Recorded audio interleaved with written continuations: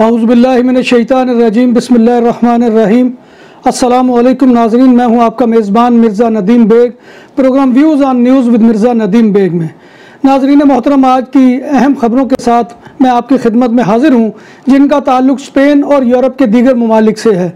इससे पहले कि मैं ख़बरें बयान करूं, आपसे मैं गुजारिश करना चाहता हूं कि आप हमारे चैनल BBC अपडेट TV को सब्सक्राइब करें, इसके प्रोग्राम को शेयर करें, लाइक करें और कमेंट बॉक्स में आकर कमेंट करें, ताकि आपकी जो है वो फीडबैक हमारी रहनुमाई के लिए काफ़ी हो।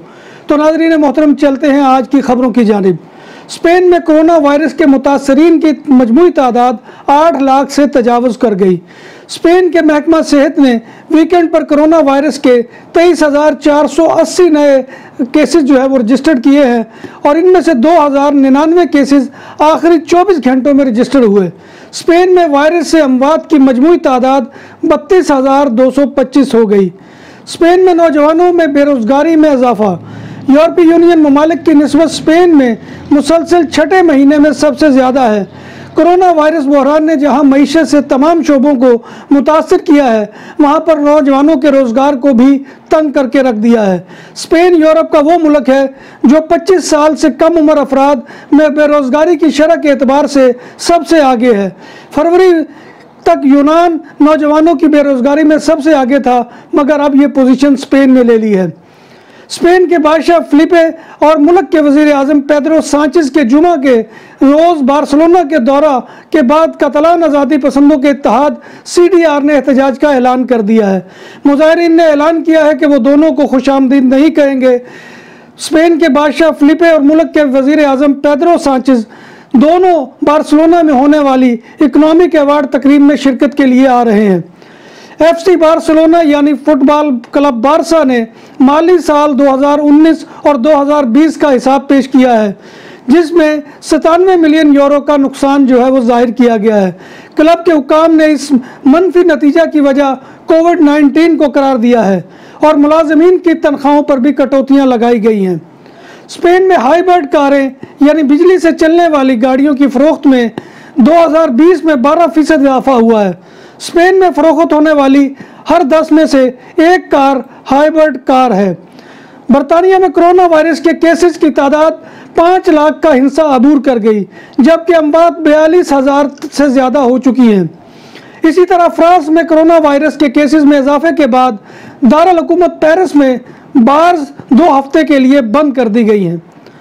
पाकिस्तान से बेहतर माश की तलाश में गैर कानूनी तौर पर हिजरत करने वालों की तादाद में इजाफा। रवां बरस अगस्त और सितंबर के महीने में यूरोपीय ममालिक जाने के ख्वाहिशमंद 7,984 पाकिस्तानी महाजरीन को ईरान के मुख्तलिफ इलाकों में गिरफ्तार करने के बाद वापस पाकिस्तान मुल्क बदर कर दिया गया। ताफ्तान मीर जावा सरहद से गैर मुल्की पाकिस्तानी महाजरीन की मुल्क बर्दरी का सिलसिला रमा माह अक्टूबर में भी जारी है। मज़ीद बरा इन महाजरीन में ख़वातीन और बच्चे भी शामिल हैं। आदाद व शुमार के मुताबिक ईरानी हुक्काम की जानिब से अगस्त के महीने में 2,955 जबकि सितंबर में 5,029 पाकिस्तानी महाजरीन को मुल्क बदर किया गया है। कनाडा ने कोरोना वायरस यानी कोविड-19 के मद्देनज़र गैर मुल्कियों के सफ़र पर आयद पाबंदी की मुद्दत में 31 अक्टूबर तक की तोसी कर दी है।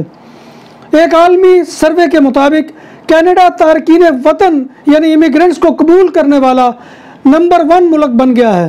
तारकीन वतन को कबूल करने वाले दीगर ममालिक में दूसरा नंबर आइसलैंड, तीसरा नंबर न्यूजीलैंड, चौथा नंबर ऑस्ट्रेलिया का है।